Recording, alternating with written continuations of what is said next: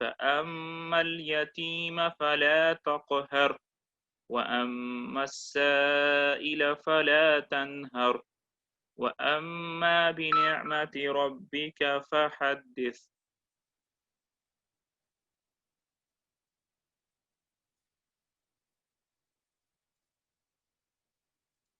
جی آج کی جو ہماری صورت ہے وہ سورۃ الضحیٰ ہے اور یہ مکی صورت ہے۔ اس صورت کا ترجمہ اور اس کی تفسیر دیکھنے سے پہلے اس کا ایک تعارف ہے، اس کا ایک شان نزول ہے، اس کو دیکھ لیتے ہیں، پھر ہم اپنی باقاعدہ ترجمہ اور تفسیر شروع کرتے ہیں۔ امام احمد بن حنبل رحمہ اللہ نے اپنی کتاب مسند میں جندب رضی اللہ تعالیٰ عنہ سے روایت کیا ہے کہ اشتکى النبی صلی اللہ علیہ وسلم کہ ایک دفعہ آپ صلی اللہ علیہ وسلم کو کچھ تکلیف ہوئی، فلم یقم لیلۃ او لیلۃ تو ایک رات یا دو راتیں آپ صلی اللہ علیہ وسلم عبادت کے لیے رات کو کھڑے نہیں ہو پائے، فاتت امرأۃ تو ایک عورت آئی اور آ کر کہنے لگی یا محمد مجھے لگتا ہے کہ تمہارا رب جو ہے وہ تم سے ناراض ہو گیا ہے، تمہارے رب نے تمہیں چھوڑ دیا ہے۔ فانزل اللہ عز وجل تو اللہ تعالیٰ نے پھر یہ جو صورت تھی نازل فرمائی، والضحیٰ واللیل اذا سجا ما ودعک ربک وما قلی۔ اور حضرت ابن عباس رضی اللہ تعالی عنہ سے روایت ہے کہ کچھ دن تک آپ صلی اللہ علیہ وسلم کے پاس جبرائیل علیہ السلام وحی لے کر نہیں آئے، تو مشرکین جو تھے انہوں نے یہ کہنا شروع کر دیا کہ محمد کے رب نے محمد کو چھوڑ دیا ہے اور وہ محمد سے ناراض ہو گیا ہے۔ تو پھر اللہ تعالیٰ نے اس کے جواب میں یہ صورت نازل فرمائی اور فرمایا اس کے اندر ما ودعک ربک وما قلی۔ یہ تھوڑا سا اس کا تعارف ہے، اس کا شان نزول ہے۔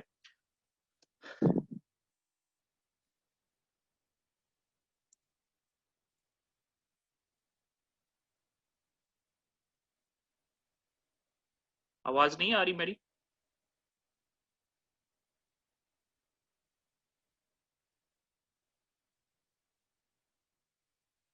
ابھی آواز آ رہی ہے میری؟ چلیں جی